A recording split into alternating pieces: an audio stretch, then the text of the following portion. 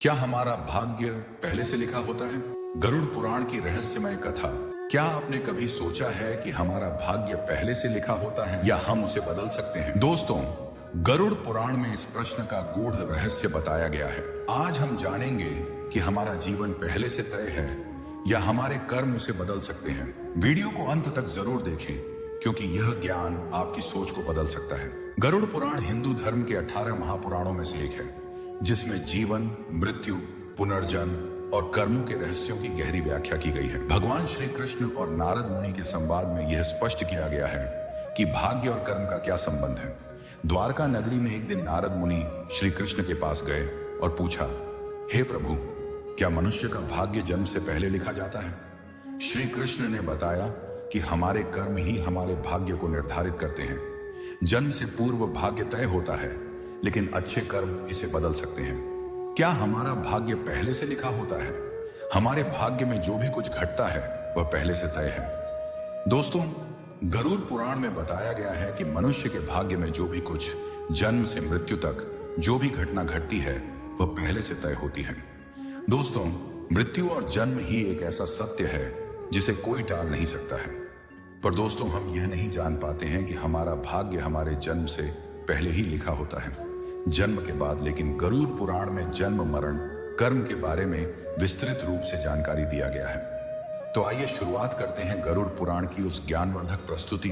बहुत समय पहले की बात है। द्वारका नगरी में भगवान श्री कृष्ण अपने भक्तों को धर्म और जीवन का मार्गदर्शन दे रहे थे। उसी समय दूर से एक राजसी रथ तेजी से दौड़ता हुआ द्वारका के राजमहल की ओर आया। रथ में बैठे थे राजा रत्नधर, जो अपने पुत्र के जन्म से अत्यंत दुखी और व्यथित थे। राजा रत्नधर एक पराक्रमी और न्यायप्रिय शासक थे। उनके राज्य में सुख समृद्धि थी और प्रजा भी उन्हें बहुत सम्मान देती थी। परंतु एक दुख उनके जीवन में ऐसा आया जिसने उनकी सारी खुशियां छीन ली। उनके पुत्र का जन्म विकलांग अवस्था में हुआ था। उसका शरीर अशक्त था और उसे जीवन भर चलने फिरने में कठिनाई होगी। राजा इस सत्य को स्वीकार नहीं कर पा रहे थे। उन्होंने अनेकों वैद्यों, ऋषियों और योगियों से उपाय पूछा, लेकिन कोई समाधान नहीं मिला। आखिरकार एक महर्षि ने राजा को सलाह दी, हे राजन, इस प्रश्न का उत्तर केवल स्वयं श्री कृष्ण ही दे सकते हैं। उन्हीं की कृपा से तुम्हें अपने पुत्र की इस अवस्था का कारण और समाधान मिल सकता है। राजा रत्नधर तुरंत द्वारका की ओर रवाना हुए। वहां पहुंचकर वे श्री कृष्ण के चरणों में गिर पड़े और अपने पुत्र की अवस्था का कारण पूछने लगे। उनकी आंखों से अश्रु बह रहे थे। श्री कृष्ण ने उन्हें सांत्वना दी और बोले, राजन, धैर्य रखो। तुम्हारे पुत्र की यह अवस्था संयोगवश नहीं हुई है। यह उसके पूर्व जन्म के कर्मों का परिणाम है। राजा रत्नधर ने चकित होकर पूछा, हे प्रभु, क्या मेरा पुत्र पिछले जन्म में कोई पापी था? कृपया मुझे इस रहस्य को समझाइए। श्री कृष्ण ने दिव्य दृष्टि से राजा को उनके पुत्र के पूर्व जन्म की कथा सुन। बहुत वर्षों पहले इसी पृथ्वी पर एक धनाढ्य व्यापारी था, जिसका नाम सोमदत्त था। वह अत्यंत धनी था, परंतु उतना ही निर्दयी भी। अपने व्यापार के लाभ के लिए वह छल कपट करता था, निर्धनों का शोषण करता था और कई बार दूसरों की संपत्ति हड़पने के लिए उन्हें धोखा देता था। एक दिन उसके नगर में एक वृद्ध और निर्धन ब्राह्मण आया। ब्राह्मण अत्यंत भूखा था और दान मांगने के लिए व्यापारी के घर पहुंचा। उसने हाथ जोड़कर प्रार्थना की, हे महाशय, मैं कई दिनों से भूखा हूं, कृपया मुझे कुछ अन्न प्रदान करें। परंतु व्यापारी सोमदत्त निर्दयी था। उसने ब्राह्मण का उपहास उड़ाया और क्रोधित होकर कहा, तुम जैसे आलसी लोग भीख मांगते हुए जीवन बिताते हैं। जाओ, मेहनत करो और अपने पेट भरने का इंतजाम स्वयं करो। इतना कहकर उसने ब्राह्मण को अपमानित कर अपने घर से भगा दिया। दुखी और भूखा ब्राह्मण वहां से चला गया, लेकिन भूख के कारण वह मार्ग में ही गिर पड़ा और उसकी मृत्यु हो गई। ब्राह्मण की इस पीड़ा ने सोमदत्त के भाग्य पर प्रभाव डाला। जब उसकी मृत्यु हुई तो यमराज के दरबार में उसके पापों का लेखा जोखा किया गया और उसे अगले जन्म में विकलांग बनकर जन्म लेने का दंड दिया गया।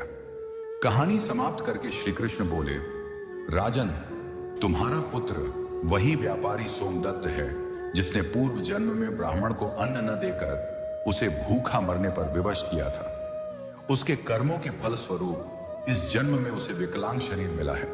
यह कर्म का अटल नियम है, जो जैसा बोता है वैसा ही फल पाता है। राजा रत्नधर ने यह सुनकर श्री कृष्ण से पूछा, हे माधव, क्या मेरे पुत्र का भाग्य अब कभी नहीं बदल सकता? क्या उसे जीवन भर इस कष्ट में ही रहना होगा? श्री कृष्ण मुस्कुराए और बोले, यद्यपि पूर्व जन्म के कर्म का प्रभाव वर्तमान जन्म में रहता है, परंतु अच्छे कर्म करके इसे बदला भी जा सकता है। यदि तुम अपने पुत्र को धर्म, सेवा और भक्ति के मार्ग पर ले जाओगे तो उसका भाग्य भी धीरे धीरे बदल जाएगा। उसे जरूरतमंदों की सेवा करने दो, ब्राह्मणों और निर्धनों को भोजन कराने दो और सच्चे हृदय से भगवान का स्मरण करने दो। जब सच्चे हृदय से प्रायश्चित किया जाता है तो ईश्वर की कृपा से पुराने पापों का प्रभाव भी कम हो सकता है। राजा रत्नधर को अब अपने पुत्र की अवस्था का वास्तविक कारण समझ आ गया था। उन्होंने अपने पुत्र को सच्चाई का मार्ग दिखाने का निश्चय किया। समय बीता और राजा के पुत्र ने श्री कृष्ण की शिक्षा का पालन किया। उसने निर्धनों की सेवा की, भक्ति और धर्म का अनुसरण किया और अपने कर्मों के प्रभाव से धीरे धीरे उसका जीवन भी सुधरने लगा। शिक्षा: इस कथा से हमें यह सीख मिलती है कि हमारा वर्तमान जीवन हमारे पूर्व जन्मों के कर्मों का ही प्रतिबिंब है, परंतु ईश्वर की भक्ति, सेवा और सच्चे हृदय से किए गए प्रायश्चित से हम अपने भाग्य को सुधार सकते हैं। कर्म का सिद्धांत अटल है, परंतु अच्छे कर्मों से हम अपने भविष्य को उज्जवल बना सकते हैं। धन्यवाद दोस्तों। गरुड़ पुराण के द्वारा सभी बतलाए गए बातों को अवश्य ध्यान में रखें और सत्य की राह पर चलें। इससे आने वाले जीवन अत्यंत सुखद हो। और दोस्तों, वीडियो अच्छा लगा तो इस वीडियो को लाइक करके कमेंट में